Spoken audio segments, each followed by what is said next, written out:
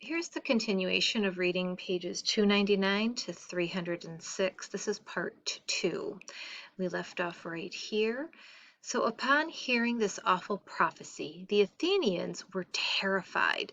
The oracle was never wrong. Surely the Persians would destroy Athens and its people. But the Athenians prayed to their gods for mercy, and then they returned to Delphi and begged for another answer. This time the priestess delivered a very puzzling prophecy.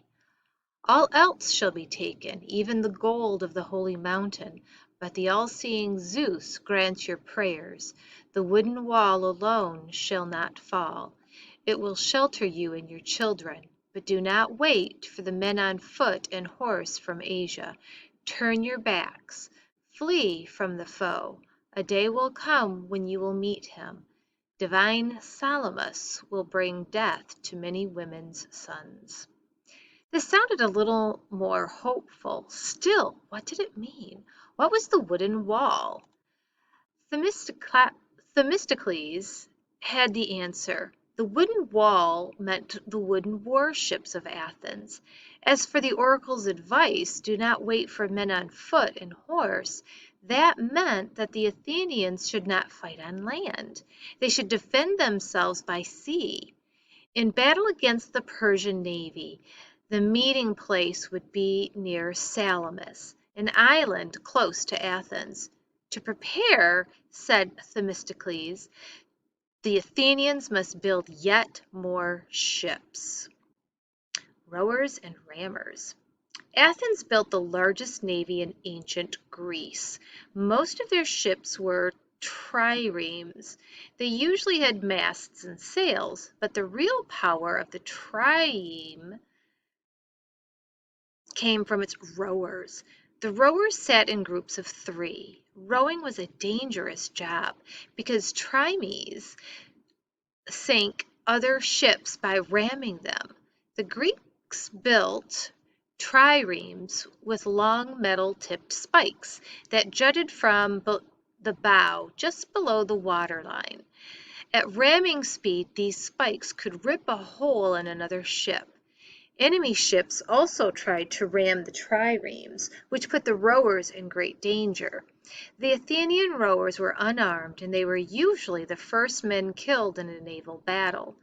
Rowing a trireme was not only dangerous but also exhausting.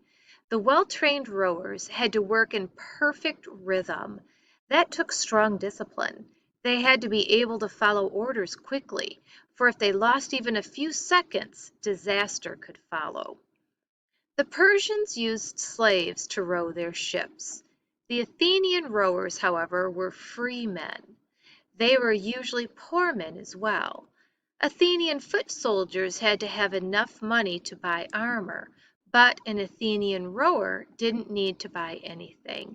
All he needed was a strong back and strong arms. So even a poor man could help defend Athens by rowing.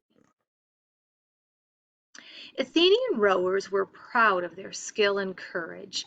They knew they played a vital role in defending their city-state. They served their polis well, they said, so why shouldn't they share in governing it? Why shouldn't they have the same rights as other Athenians? As time went on and the Athenian navy grew more important, the rowers demanded more rights, and little by little they gained them. The growth of the navy not only gave the Athenians more confidence, it also helped Athens become more democratic. And then we'll read this down here. Bearing arms for Athens. In time of war, all citizens of Athens from about age 17 through 59 were required to serve as soldiers if needed. Armored foot soldiers called hoplites carried spears, short swords, and shields into battle. Hoplites had to pay for their own equipment, so they usually came from fairly wealthy families. A soldier whose father had been killed in battle, however, was armed by Athens at public expense.